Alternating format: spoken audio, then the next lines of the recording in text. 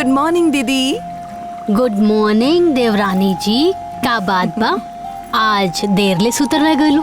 हाँ दीदी, कल देर रात तक जागत रही। काहे देवर जी सूते ना देले का?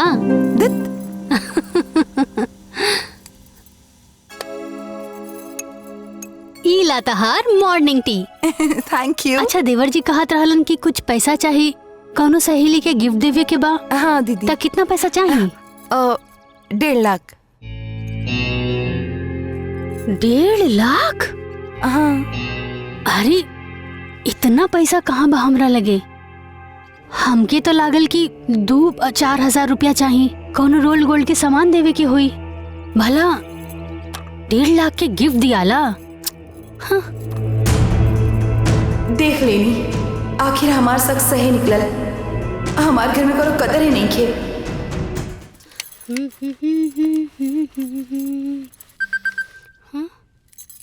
अरे ये अपना मोबाइल तो घर ही पे भूल गेल बाड़े। केकर मैसेज आइल बा?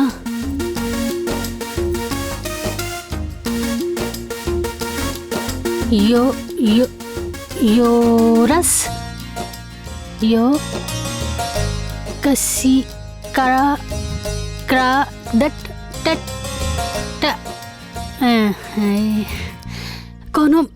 कोनो जरूरी मैसेज भइल था? देवरानी जी के दिखावता नहीं, फट से पढ़ लिया हूँ। हाँ। अरे देवरानी जी। हाँ। अरे तनी जल्दी से पढ़ के बताई ना, बैंक से कुछ मैसेज आइल बा। हाँ।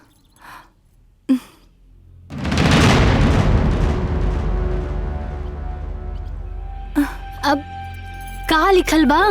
अब एमे लिखल बा दीदी कि आपके अकाउंट में जे पैसा बा ओकर 1 महीना के इंटरेस्ट आपके खाता में जमा हो गल बा। हाँ, उसी के मैसेज रहे। हाँ तही बात बा, इंटरेस्ट आइल बा। हाँ। अच्छा, तो खाता में 80 लाख बा और हमरा के 1.5 लाख ना देले रही।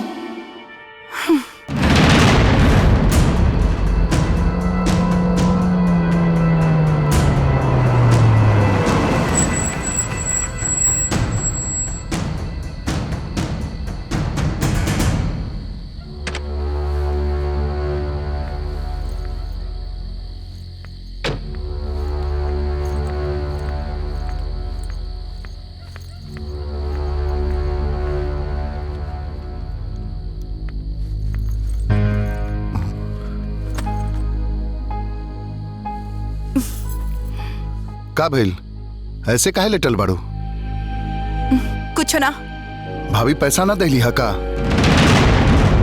ना, और रवा 2-4 हजार खातिर बोल के गए रहे भाभी के। हम रोल गोल्ड के सामान गिफ्ट में दे, हम कोनो भिखारी की बेटी नहीं खे। अरे नाना, हम तो ऐसा कोनो बात ना कहनी हा। हम तो कहनी कि संजना के कुछ पैसा के जरूरत बा तो दे दिया, शायद ना होखी। 80 लाख रुपया बा उनकर खाता में, हम खुद अपन आंख से देख लिया। तब काहे ना देली हा? रुको हम पूछ के आवतानी।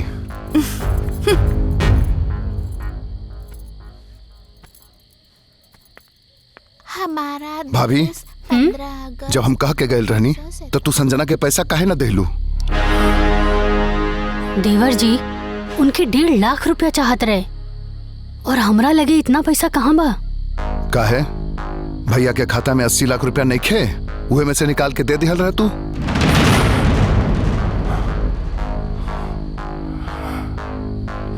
अब वो पैसा में से छुए से पहले माई बाबूजी से पूछे के पड़ेला देवर जी, और सबके राय मशवरा से ही कोनो काम होला। भाभी, हम मर न गए रहनी, हम अती तो राय मशवरा हो गए रहित, और ऊपर से संजना के साथे तू 2-4 हजार के रोल गोल के बात कर देलू। अरे इमे तो हम का गलत कहनी देवर जी, गांव सब में यह कुल चलेला, इतना बहुत होला गांव के लिए। भाभी, वो गांव के लड़की ना बिया, उस शहर के लड़की बिया, अब वो बड़ घर के। ओकरा साथे अपना आप के कंपैरिजन मत करा। हमार बात के कोनो इज्जत ही नहीं के घर में। ई देवर जी के कहा हो गइल बा, देख रहल बानी रहुआ। देख भी लेनी और बहुत कुछ समझ भी गई नहीं।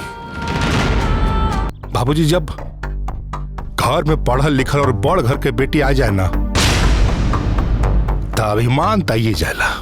समझ गई नहीं। राम के माई। हाँ जी। लखन के बुलाव, हमहू तो जान ली सच्चाई का ह। जा बुला के ले आव। बुला के लावा तनी।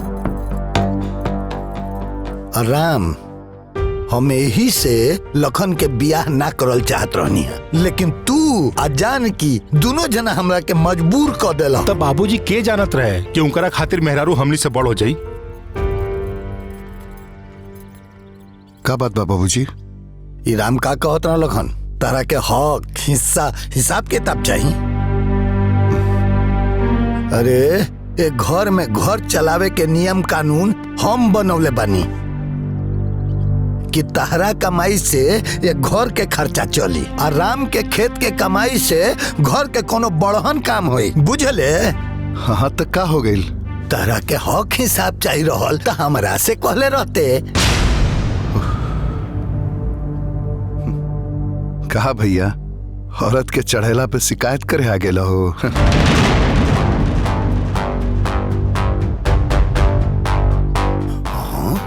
लखन का बोले रहते? का बोल रहा? अभी तोर भाभी औरत हो गई। अरे ई मत भूल कि हमार मेहरारू ही है। तो हमार मेहरारू भी कोनो बजारू ना हा।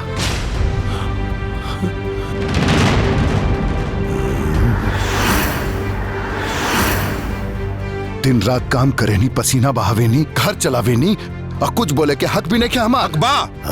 हकबा तोर, लेकिन एसी में पसीना ना बहेला, पसीना बहेला खेत में।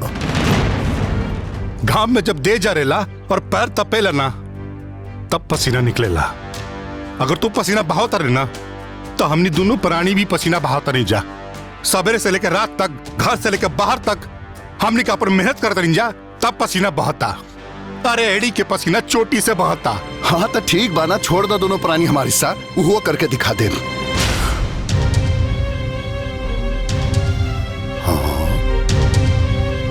लखन, इक्का कहा तारा? मई मुझे दे हिस्सा। अब एकरा का हमनी से आजादी चाहिए, यही में हमनी के भलाई में मई लगा दे हिस्सा और कर दे बंटवारा।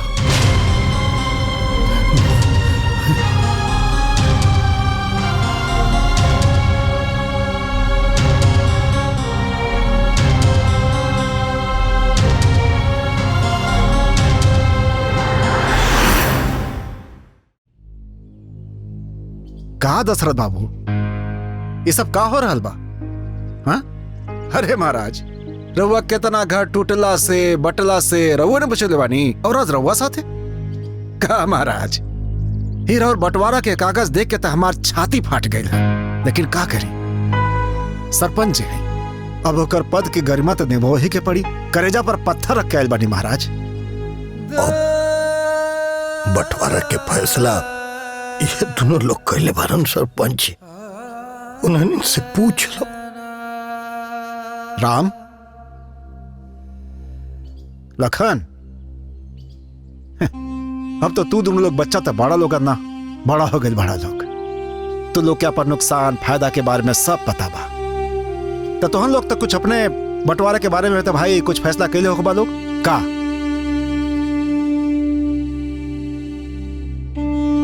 ही पंच के हिसाब से बंटवारा के फैसला ही बाकी ई घर में 6 गो रूम बा। 3 गो रूम राम बाबू के और 3 गो रूम लखन बाबू के। आ बीच में आंगन बा, आंगन के बीच में तुलसी चौरा, तुलसी चौरा के दाहिना साइड में राम के और बाएं साइड में लखन बाबू के।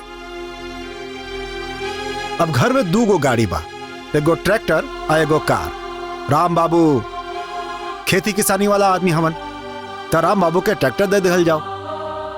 लखन बाबू ऑफिशियल आदमी हमन, तो इनकरा के कार दे दिहल जाओ। ठीक बा ना?